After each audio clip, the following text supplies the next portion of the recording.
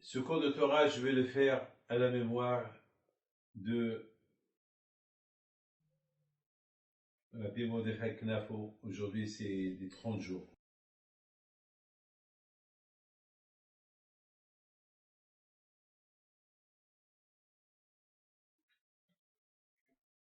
Il y a à peu près quelques milliers d'années, peut-être un peu moins de 3000 ans, peut-être 150 à 200 ans avant la destruction du premier temple, il y avait un roi qui s'appelle Hizkiya Melech. Ce roi-là était un grand tzaddik. Son père, il s'appelle Ahaz. Il était Racha. Lorsqu'il est mort, son père, il l'a déterré de sa tombe. Il a accroché son corps sur un cheval, il le traînait avec le cheval, mort. Il a voulu dire aux Juifs, le royaume de mon père, qui n'était pas sous la Torah, avec moi, ça ne sera pas comme ça. Moi, ça va être la Torah. Les Hachamim, ils ont tiré le chapeau. Hachamim, ils ont dit Kol hakavod. On n'a jamais vu un roi comme ça. Le roi Hizkiya, à son époque, il y avait le livre que Shlomo Amelech a écrit pour toutes les maladies du monde. Ceux qui étaient malades, il allait au Beth Amikdash, le Kohen lui dit papa, cancer, quel cancer, prends ça, et la personne est guérissée. C'est Shlomo Amelech qui a écrit ce livre. Et le livre Hizkiya, il a pris ce livre-là, il l'a enterré. Pourquoi? Parce qu'il a dit, les gens, ils prient plus à Hachem. Celui qui est malade, il prie pas. Il vient, il voit qu'est-ce qu'on lui donne. Lui, il a voulu que lorsque quelqu'un est malade, il fait la prière. Il prie à Kadosh Baruch Hu. Et Hachamim lui a donné raison. Bon. Le roi Hizkiya, il n'avait pas de soldats. Il n'avait pas une armée. Il n'avait pas d'armes. Il a dit aux Juifs, celui qui a une épée, celui qui a des armes, qu'il accroche à la synagogue ou dans le Beth Midrash. Il a envoyé un message à tout le monde. Celui qui n'étudie pas la Torah, sa tête elle sera tranchée avec cette épée. À tel point que Hachamim ils ont dit, ça n'existait pas, il n'a pas existé une fille ou un garçon de 10 ans qui ne connaissait pas toutes les Mishnayot par cœur. Et il est à la Chot Nida. Lui, il avait une émouna à Koshre. Il a dit, la Torah dit que lorsque on suit la Torah, on n'a pas peur de l'ennemi. Il n'y aura pas d'ennemi qui va rentrer en Israël. Alors, puisqu'il n'y a pas d'ennemi, alors il y a la Torah. La Torah, la Torah, c'est quoi? C'est l'arme. Et quoi? Qu'est-ce qu'on fait avec les armes? Pour se défendre. La Torah, on se défend avec la Torah. Maintenant, moi, je me suis posé une question. Où on a entendu que celui qui n'étudie pas la Torah, on lui coupe la tête. C'est pas écrit ça dans la Torah. La Torah te dit d'étudier la Torah. Et si tu peux pas, tu peux pas. Et il y a des gens qui travaillent toute la journée. Ils ne peuvent pas étudier la Torah. Ça va, on va pas lui dire on va te couper la tête. Ils sont chômeurs Torah et mitzvot. Ils mettent de filines, ils se lavent les mains, ils mentent pas, ils tuent pas. C'est ça la Torah. Vous savez que la Torah, le fait que tu respectes les mitzvot, c'est ça la Torah. La Torah, c'est pas apprendre un livre et étudier. Bien sûr, étudier c'est important, c'est bien. Mais la Torah, elle ne te dit pas de, si tu ne dis pas la Torah, on te coupe la tête. Non. Alors d'où Hizkiya, il a porté cette idée-là, que celui qui n'étudie pas la Torah, on lui coupe la tête. Dans chaque Pédamidrash, il y avait là-bas une épée, celui qui l'est, il dakeb herib. Attends, Hizkiya, d'où tu inventes?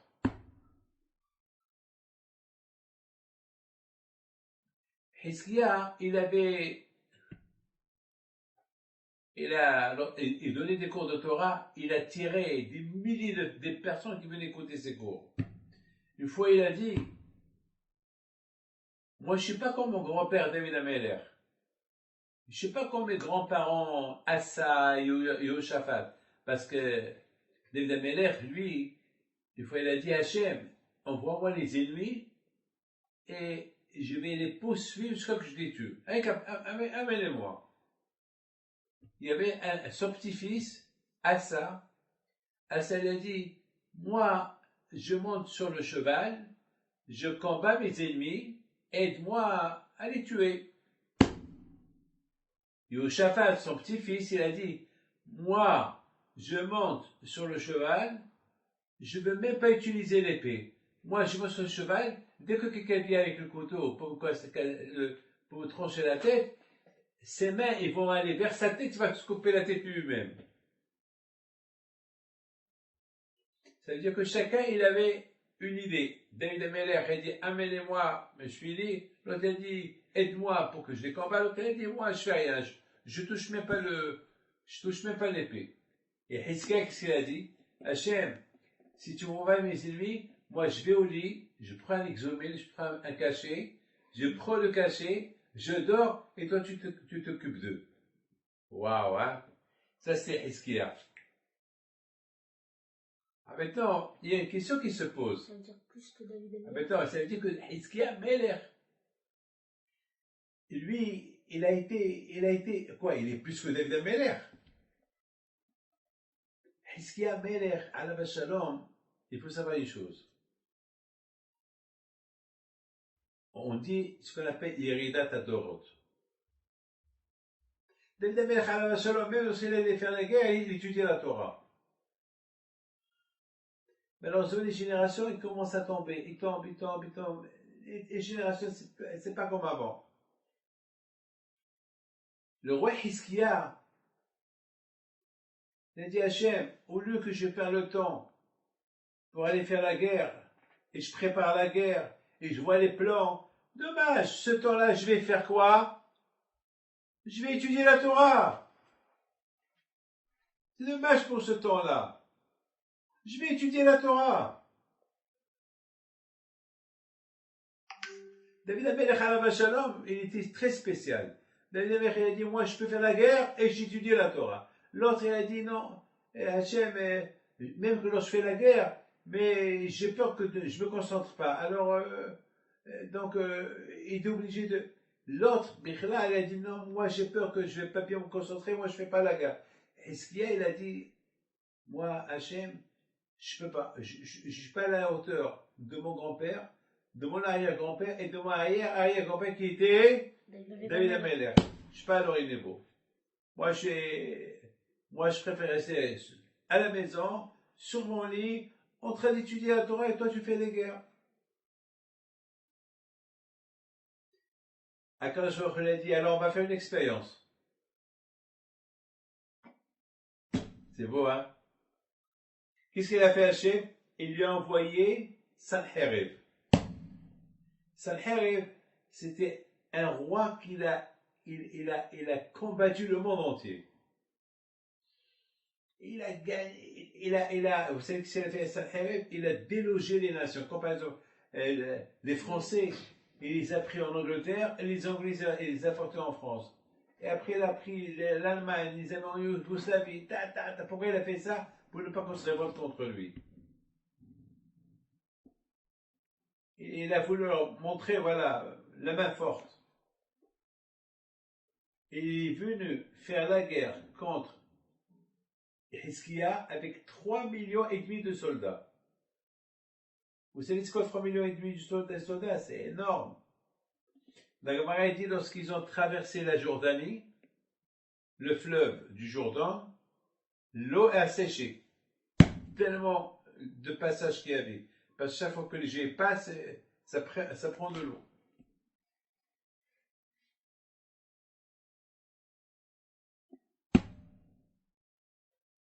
Alors je me suis posé une question. Pourquoi il est venu avec 3 millions? Ça prouve que Sanherib, il avait un peu peur. Il avait un peu peur de Hiskia. Parce qu'il y avait un bruit qui courait dans le monde entier que Hiskia, il n'a pas de soldats, il n'a pas d'armes, il n'a rien du tout. Ça veut dire qu'il a cru que Hiskia, c'était un Goliath, un Shimshon. Finalement, il a vu Jérusalem était petite. Il a vu Jérusalem était petite. Il a dit quoi? J'ai dérangé 3 millions de soldats. Ah, mais n'oubliez pas que 3 millions de soldats, à part ceux qui nettoient, les ouvriers, c'était au moins 4 millions. 4 millions de personnes. Alors, il s'est étonné. Pourquoi il est venu avec 4 millions? Bon.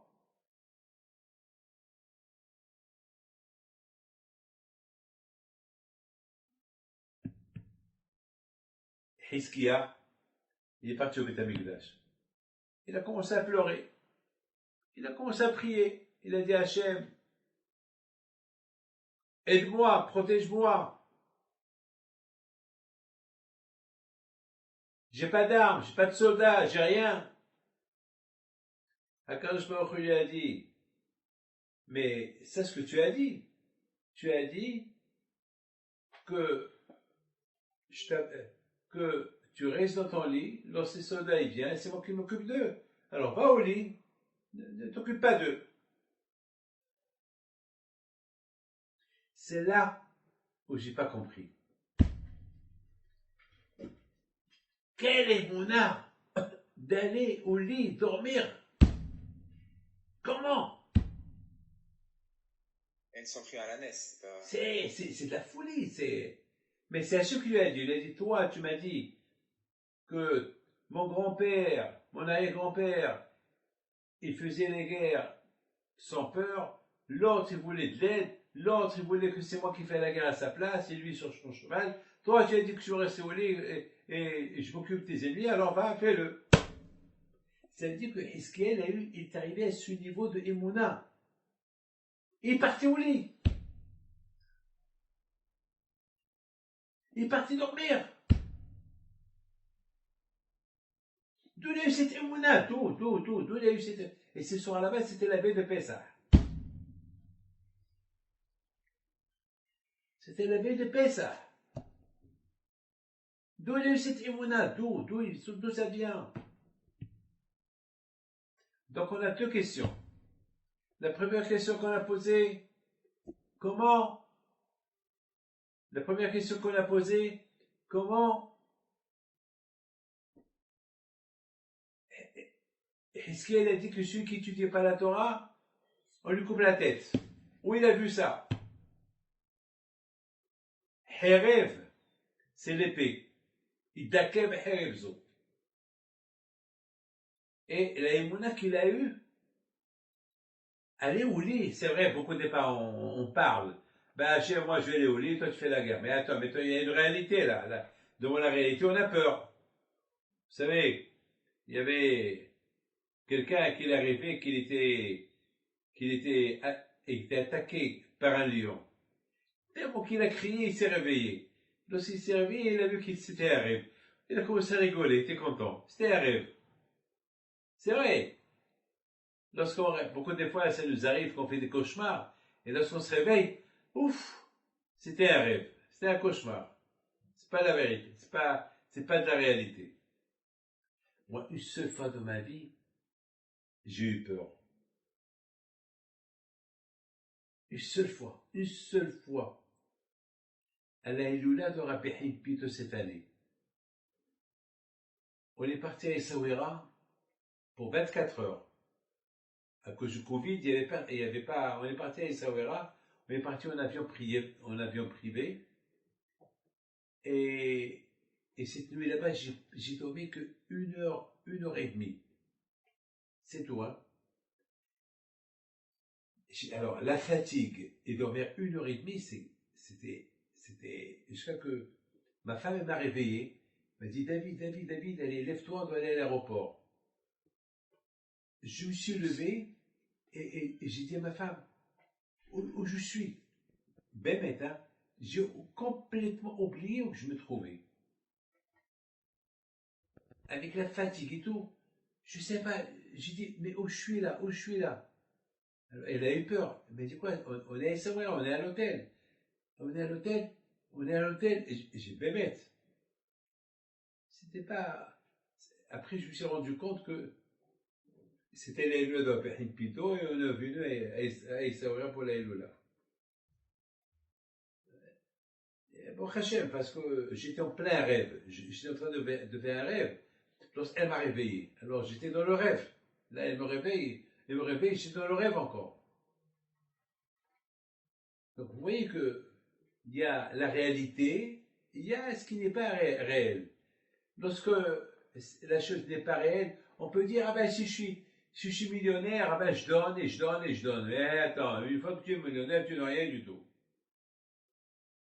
Combien de gens me disent, Rabbi David, une bracha au loto, dès que je gagne, je donne la moitié. Je lui dis, si je connais les numéros, je ne partage pas avec toi, je l'achète moi-même. Pourquoi tu veux que je partage avec toi et tu me fais un service, tu me donnes la moitié? Et toute ma vie, tu vas dire, je t'ai fait la moitié, je t'ai fait un service. Si je connais le numéro, je l'ai fait moi-même, pourquoi je suis avec toi? Alors, je ne comprends pas comment, est-ce qu'il y a alors, à Tzadik, comment? Il est parti au lit. Ça veut dire qu'il a eu la Emouna. Donc voilà, ça c'est la deuxième question. La troisième question, c'est la vôtre. Pourquoi un jour avant Pessah, on fait Bdikat Hametz? Voilà. Pourquoi on fait Bdikat Hametz? On sait que la maison elle est propre. Voilà, tout à l'heure, on a fait Bdikat Hametz, mais il n'y avait rien. Il y avait ce que nous on a mis. Vous savez pourquoi on met les 10 morceaux? Parce qu'on sait qu'on va rien trouver. Et pour ne pas qu'on fait la bracha, les batala, alors on fait 10 morceaux comme ça. Zamak, voilà, zamak. Mais attends. Et alors je vais chercher le ham et je sais où je l'ai mis. Alors quoi? On joue cache-cache. C'est comme on joue avec les enfants cache-cache. On sait où ils sont cachés, on fait semblant. Zamak, Haïm, où tu es? Haïm, Yoel. Mais je sais où est-ce qu'elle est. Alors, quoi? On fait du cache-cache. Et surtout, et pourquoi on le fait un jour avant Pessah? Il n'y a rien.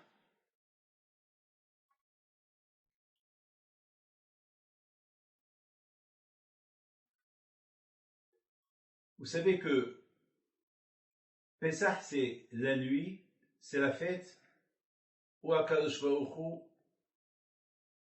il a choisi Am Israël comme peuple, à Pessah. À travers Pessah, on a reçu toutes les mitzvot et toutes les fêtes.